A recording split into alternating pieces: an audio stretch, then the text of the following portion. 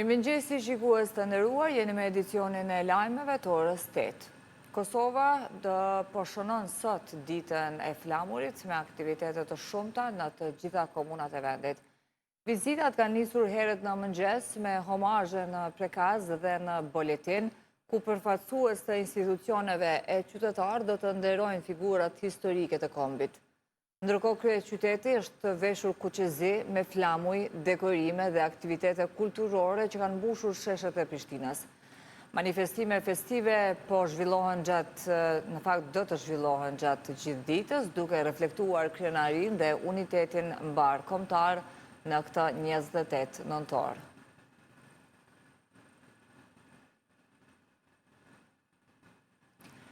Në Shkodër është zhvilluar mbrëm sofra pavarësisë, aktiviteti më i madh i organizuar ndonjëherë në qytet, që mblodhi mbi 200 të ftuar nga të gjitha trevat shqiptare.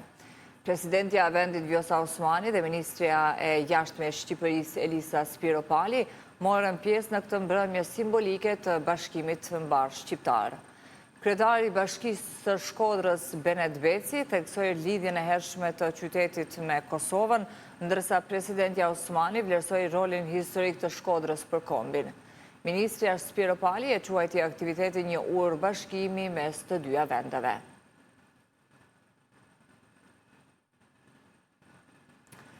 Në kazermën Adem Jashari, FSK festoi ditën e forcës duke ekspozuar armë, pajisje dhe teknologji moderne. Presidentja Vjosa Osmani e quajti ditë krenarie, ndërsa kryeministri në detyrë Albin Kurti theksoi investimet milionëshe në pajisje dhe armatim. U tha se FSK po përfundon tranzicionin drejt forcës së plot ushtarake, ndërsa ministri në detyrë mbrojtjes Ejup Maqedonci, duke numëruar arritjet e FSK-s, ka theksuar se ushtria është e gatshme ta mbrojë Kosovën nga çdo kërcënim apo rrezik.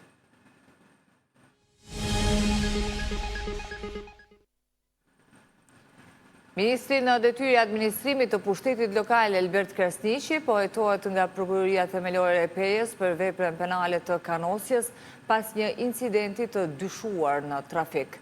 Zëdhënësi i Prokurorisë Shkodran Nikshi ka thënë se rasti është iniciuar me urdhër të prokurorit dhe se hetimet po zhvillohen në bashkëpunim me Policinë e Kosovës. Sipas tij, dyshohet që ministri ka dalë nga vetura në një rrugë të bllokuar nga trafiku dhe ka kanosur një person tjetër.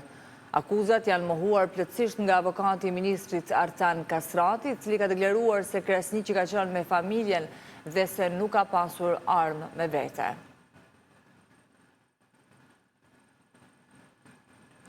Komisioni Qendror i Zgjedhjeve ka certifikuar rezultatet e zgjedhjeve të raundit të dytë për kryetar të 18 komunave. Ndërkohë, në kuadër të përgatitjeve për zgjedhjet e parakohshme parlamentare, Komisioni Qendror i Zgjedhjeve ka marrë vendim për miratimin e qendrave të votimit për votimin jashtë vendit, i cili do të mbahet me datën 27 dhjetor, një ditë para ditës së zgjedhjeve në Kosovë.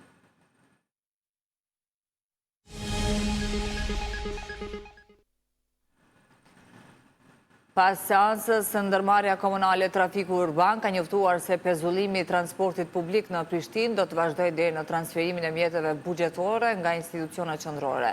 Edhe pse Kuvendi Komunal votoi mbartjen e buxhetit nga viti 2024, ndërmarrja thotë se fondet nuk mund të përdoren pa u ekzekutuar zyrtarisht, duke e lënë kompaninë pa mundësi financiare për shlyer borxhet dhe për të rifilluar operimin.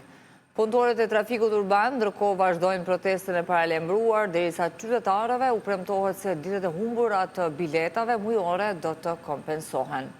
Ndërmarrja kërkon nga institucionet përgjegjëse të përshpejtojnë procedurat për kthimin e menjëhershëm të shërbimit publik. Të nderuar shikues, kaq për këtë edicion të lajmeve, bashkë takohemi në edicionin e orës 9. Ne ju falenderojmë për vëmendje, mirupafshim.